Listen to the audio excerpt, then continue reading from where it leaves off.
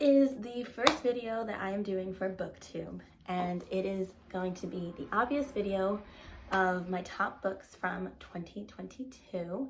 But to just give you a little intro, my name is Alessandra. You can find my Bookstagram down below if that's still a thing. Oh my god, I feel like nostalgic YouTube right now. I want to try this YouTube thing. Everyone tells me to try it, so I'm going for it. There are sirens right now. Please hold. Found out that I read 18 books in 2022, which doesn't sound like possible, or like at least it didn't feel like I read 18 books in a matter of 365 days. So that's a lot for me, but I only have like a top 8 for my favorite books that I have read. So if you want to see which books I absolutely adored and fell in love with this year, then please keep watching. So the number 8th book that I have for my list of top 8 books is A Good Girl's Guide to Murder by Holly Jackson. I know she wrote a new one this year and I have to get my hands on it. The 5 Survive or something like that. I'm sorry, I'm butchering the title, but I needed to get my hands on it. That's the point, because I really like Holly Jackson's writing. The first book of this series is my absolute favorite. I did read, obviously, the second and third one, but I devoured this one in a number of days. Like, I think this is the best one. Like, the first one for anything, to me, in my opinion, is always gonna be better than something else. But if you like a fun, not fun story, but as far as like a fun adventure of like trying to solve the mystery with the main character, then I recommend this book, because the main character, she decides to start a podcast on her school project that she has to do to graduate. And in the midst of her trying to actually solve what really happened, she starts a podcast called A Good Girl's Guide to Murder. So I really like it. It's definitely like young adult vibes, but because of the writing and, oh my god, seeing if my theory is right with hers, and I love podcasts, so I thought that was pretty cool. I definitely recommend this series. So check out A Good Girl's Guide to Murder. And when I recommended this book to someone else, they loved it as well. So if you need any book recommendations, I swear, follow my Bookstagram. The 7th book on the list is Beach Read by Emily Henry. And the first book I read of hers was 2 years ago, and it was People with Me on Vacation. And the main character of that book I relate to, but I didn't really like love that story overall. I gave it like a 3.5 out of 5 stars. I found this book to be so much better. And it's because I think the main character, her vulnerability and her emotions and what she goes through, I found to be a lot more like realistic as compared to the other story. I really enjoyed this story a lot, and Emily Henry's writing as well. I read this in a number of days too. Like, it was such a quick read. And I do love Augustus Everett. Like, if you read this, you know, you know. But I recommend this for your next summer read. If you're looking to start your summer list in 2023, definitely add this one. I find it a lot more realistic than People with Me on Vacation. And I have to read Book Lovers. Book Lovers will be read in 2023. So the next book on my list, I don't think this is in any particular order, honestly. Like, I just grabbed my favorites, but obviously the top picks are gonna be well-deserved. So it is Love in Other Words by Christina Lauren. Oh my gosh.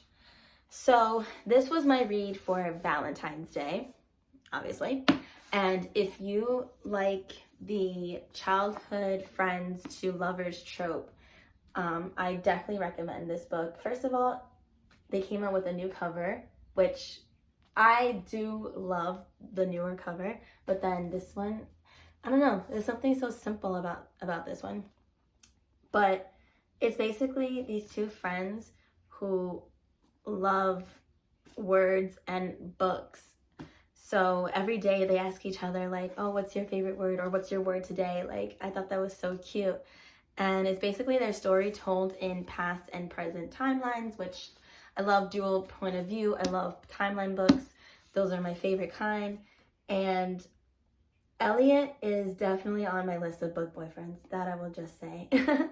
So I really enjoyed this one. So if you like point of view stories, or at least alternating timelines between them as, you know, teenagers and then adulthood to see what happened between that time frame, then Love in Other Words will be your best friend.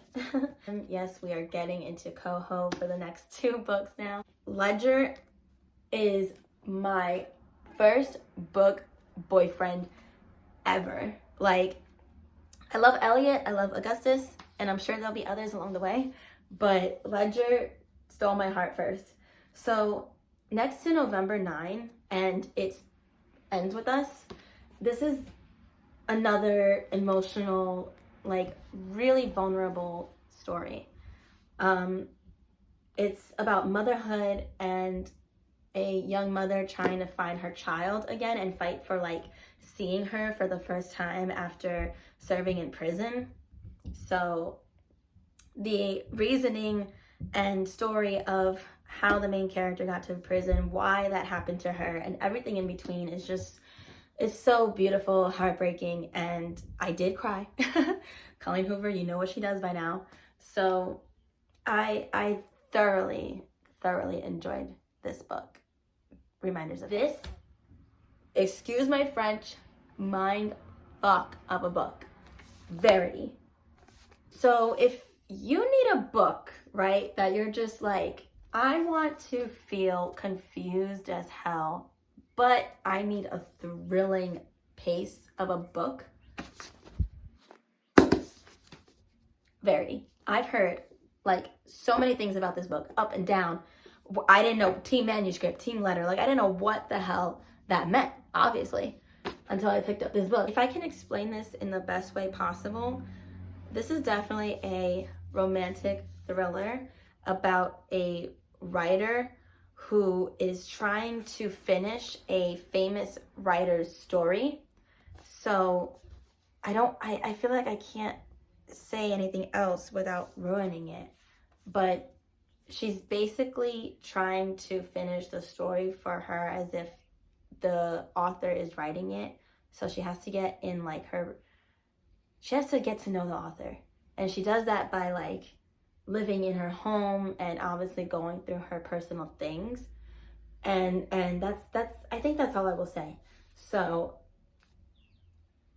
this is just insane of a book. I gave it 5 stars. I read it in a matter of days. Like that's what makes it to my list of books. That's how I select my books. If you impress the shit out of me and get me to read it within like a single digit number of days, that's how you get to my list. So y'all need to get on Verity. Okay, now to get back to a lighter side. House in the Cerulean Sea by T.J. Klune. I've never ever felt like a book can just hug me. Like this book literally felt like I was wrapped in a blanket the entire time. And I am really not a fantasy girl. Like if I ever go through my book cart here with you or like my shelf, like you're not gonna see a fantasy book except this one. And it didn't even give me that fantasy feel read. I think my problem with fantasy, not that it's a bad like genre, but I have trouble visualizing it. So if I hear an audiobook, should I ever like hear a fantasy book on audio, like Harry Potter, for instance, that gravitates me a lot more than like actually picking up a book and reading fantasy. So it's not my favorite genre, but I'm not against it, obviously. Something about it, I was just like, okay, I'll try it. And when I tell you the writing, that's what made me fall in love with this book, and that's what made me pick it for my list. And as you can see, I don't tab, I don't annotate, I don't do any of that. And if you do, that's totally fine. But this is the first time a book made me want to go back to do that. So what I do is if I find like my favorite lines and stuff, I just write it in my phone like real quickly.